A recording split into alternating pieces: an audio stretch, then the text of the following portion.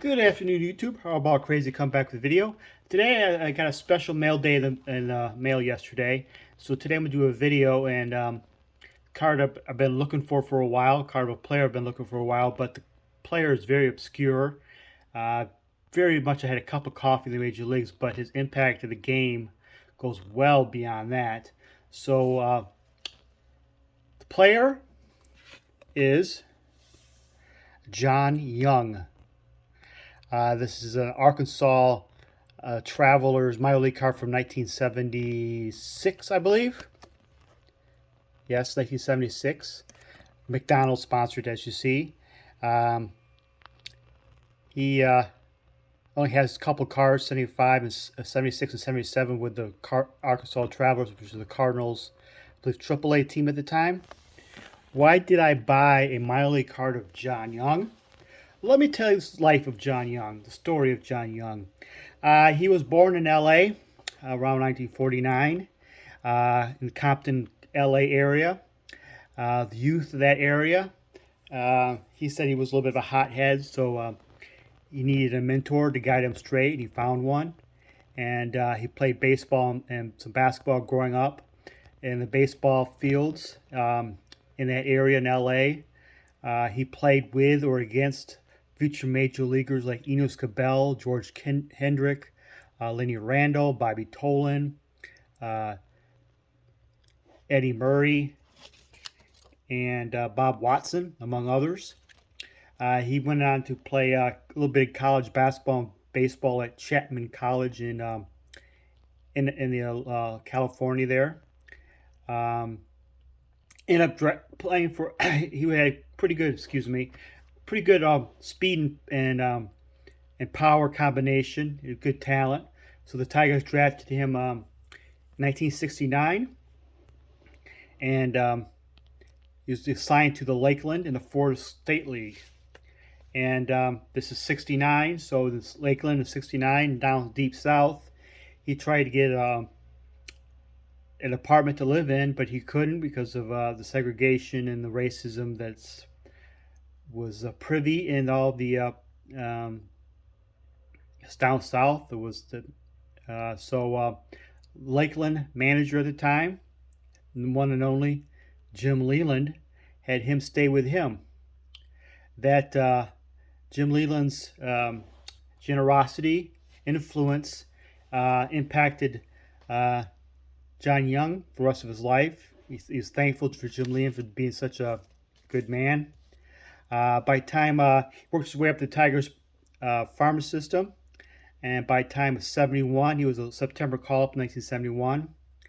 And his first career at bat, he had a weak ground ball to third base against Jim Lonborg. I believe at the time Lonborg was now with the Brewers. His post-Cy Young days with the Red Sox. And hit a weak grounder to third base and got it out. After the game, the Tigers teammate and pinch hitting extraordinaire Gates Brown joked with Mr. John Young about his weak grounder. He says, "Son, don't feel bad. It's not your fault. You had no business being up there anyways."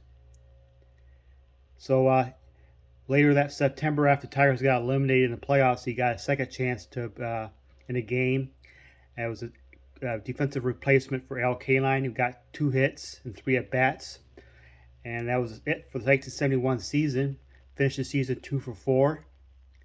So by the time spring training hits around 72, he had a terrible wrist injury, set him back, and eventually got traded to the Cardinals because the Tigers at the time was a very veteran-laden team, still trying to compete for the division title.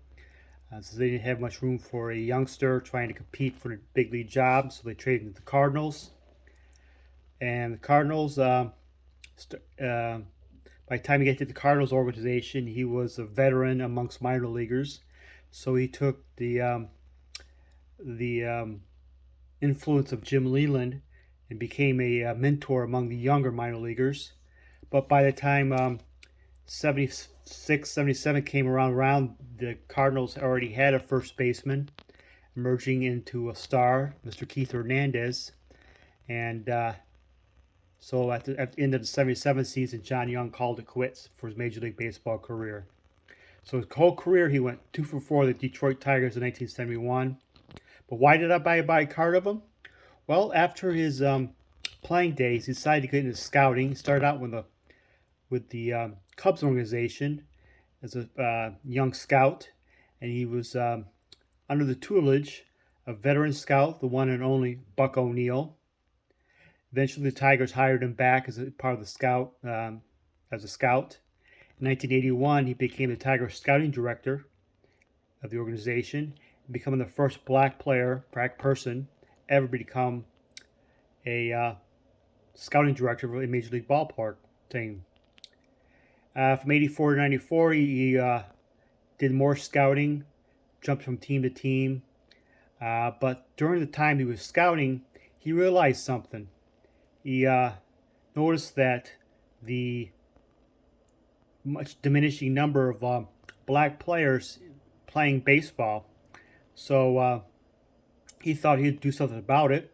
So he went to the Orioles GM, one of the more influential GMs at the time, Roland Heeman, and they got together and they went to then Commissioner Peter Ueberroth and tried to have an idea to help out this situation, to start to fix this situation.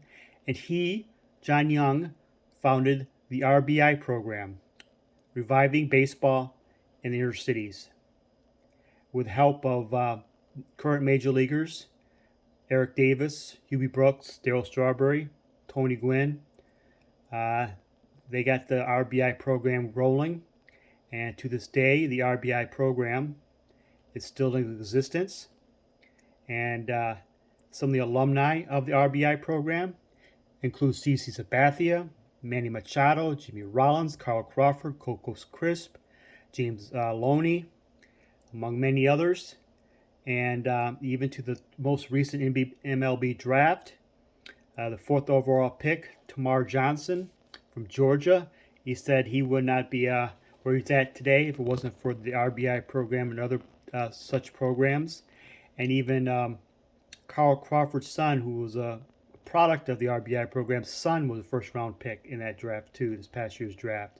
So the RBI program, even though it's run by Major League Baseball now, is still growing strong, very influential. And if you watch any of the drafts, you see some draft picks. There are more and more black athletes entering the game, and a lot of it has to do with Mr. John Young, the founder of the RBI program. And I thought that would be a cool little piece of baseball history to add to my collection.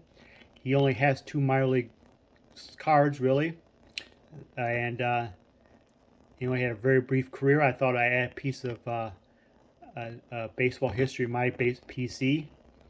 And thank you for watching. You all have a good night.